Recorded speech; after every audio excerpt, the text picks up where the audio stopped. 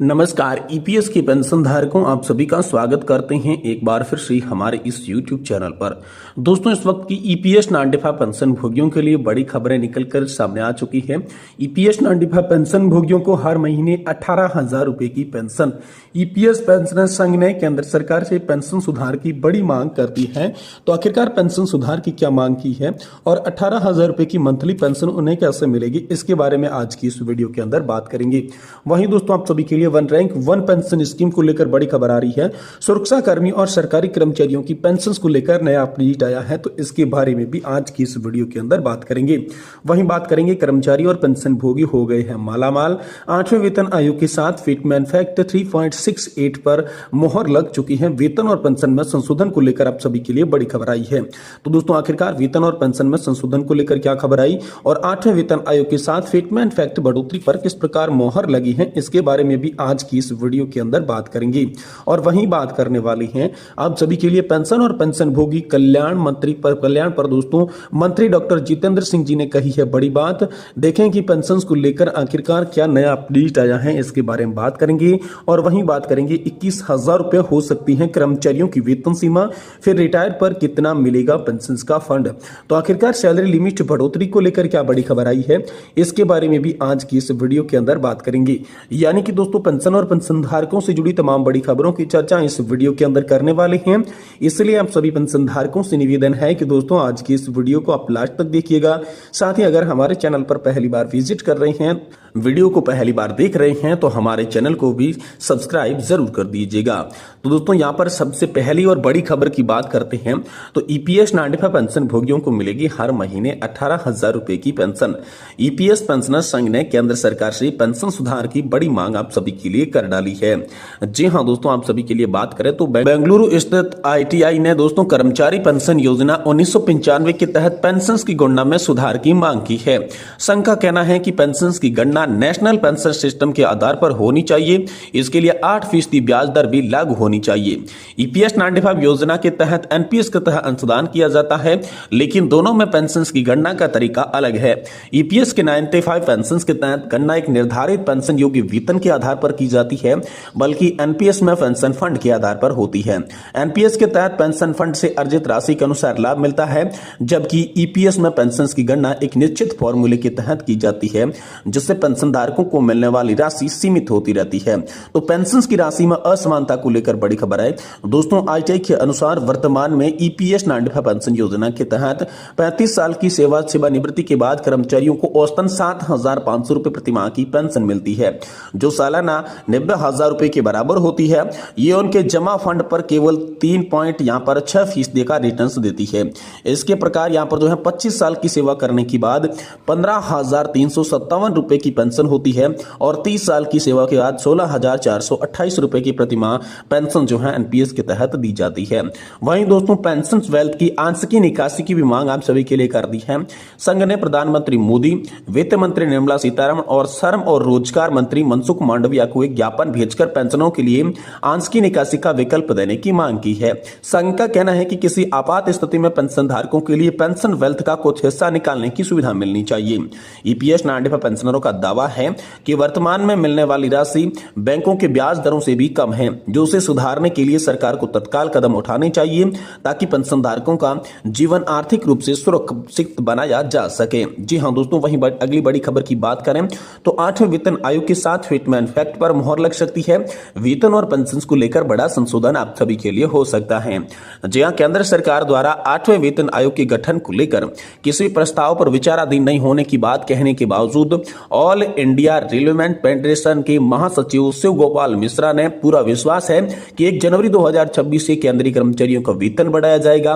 उन्होंने दोस्तों NDTV profit को एक साक्षात्कार में कहा कि मुझे विश्वास है कि 8वें वेतन आयोग की सिफारिश जनवरी 2026 से लागू होगी। अगर कोई देरी होती है तो मुझे यकीन है कि सरकार को इसका एरियर का भी भुगतान करना होगा।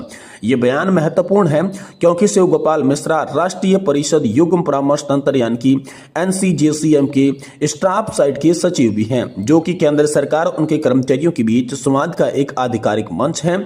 उनके इस विश्वास का आधार एनसीजेसीएम द्वारा केंद्रीय कैबिनेट सचिव को लिखा गया पत्र है, जिसमें 8वें वेतन आयोग के गठन का भी आग्रह किया गया है।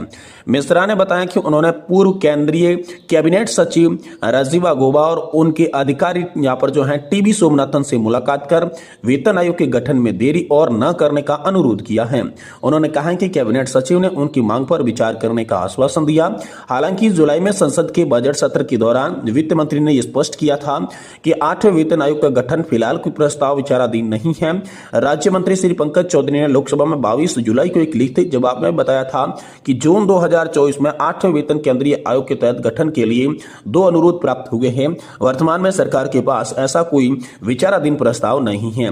वहीं दोस्तों मिश्रा ने सरकार की नीति में बदलाव का उदाहरण देते हुए कहा कि सरकार पहले पुरानी पेंशन योजना को वापस लेने के लिए तैयार नहीं थी, लेकिन कर्मचारियों की चिंता को ध्यान में रखते हुए उन्होंने यूनिफाइड पेंशन स्कीम की घोषणा की है, जो न्यूनतम पेंशन की गारंटी देता है। इसी तरह 8वें वेतन आयोग की मांग पर भी सरकार ध्यान देने वाली है। वहीं दोस्तों फिटमेन फैक्टर की मांग को लेकर बड़ी खबर आई है।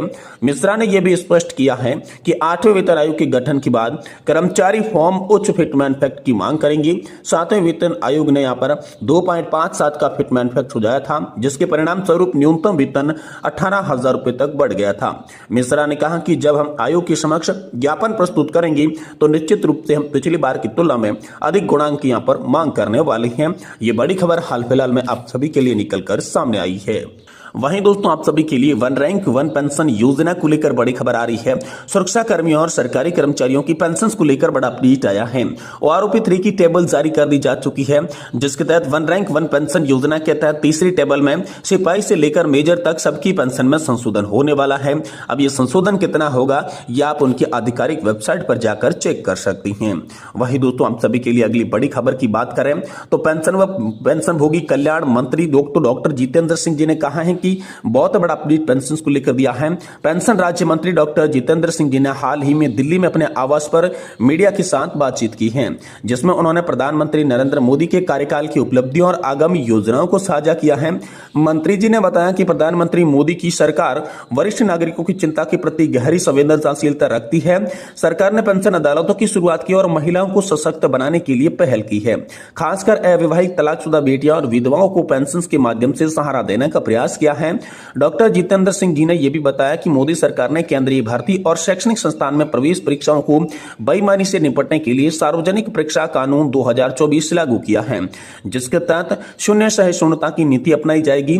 इसके अलावा उन्होंने प्रशासनिक अधिकारियों के कौशल और क्षमता निर्माण पर भी जोर दिया है, जिससे शासन एक महत्वपूर्ण सुधार संभव हो सकता है।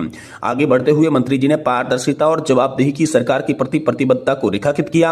उन्होंने कहा कि शासन में मानवीय दृष्टिकोण अपनाते हुए सरकार आवश्यक कदम उठाएगी। इसी कारण शिकायत निवारण के बाद मानवीय फीडबैक मॉडल को भी अपनाया जाएगा। इन उपायों के साथ मोदी सरकार की नीतिगत पहल और सुधारात्मक कदम भारतीय पेंशन प्रणाली को और भी अधिक यहां पर जो है सशक्त बनाने के लिए निरंतर प्रयासरत है, जिससे वरिष्ठ नागरिकों और महिलाओं को उचित सहायता मिलेगी और संरक्षण प्रदान किया जाएगा। वहीं दोस्तों अगली बड़ी खबर की बात करें तो आप सभी के लिए 21,000 रुपए हो सकती है सैलरी लिमिट। कर्मचारियों की वेतन सीमा फिर यहां पर जो है कितना मिलेगा आप सभी को फंड। तो दोस्तों सरकारी भविष्य निधि संगठन और कर्मचारी पेंशन योजना के तहत ग्राहकों के योगदान की सीमा को बढ़ाने पर विचार किया जा रहा है। फाइनेंशियल एक्सपर्ट की रिपोर्ट के अनुसार केंद्रीय श्रम मंत्री मनसुख मांडविया ने इस पर विचार करते हुए कहा है कि वर्तमान सेवा को 15,000 रुपए से बढ़ाकर 21,000 रुपए की जा सकती है। तो चलिए कर्मचारियों की वेतन सीमा को लेकर के अपडेट आया, चलिए जानते हैं। सरकार की योजना के अनुसार वेतन सीमा को 21,000 रुपए तक बढ़ाया जा सकता है। इस बदलाव से कर्मचारियों को कर्मचारी भविष्य निधि संगठन योगदान और पेंशन फंड में निवेश बढ़ जाएगा। कर्मचारी का योगदान 2520 रुपए का होगा।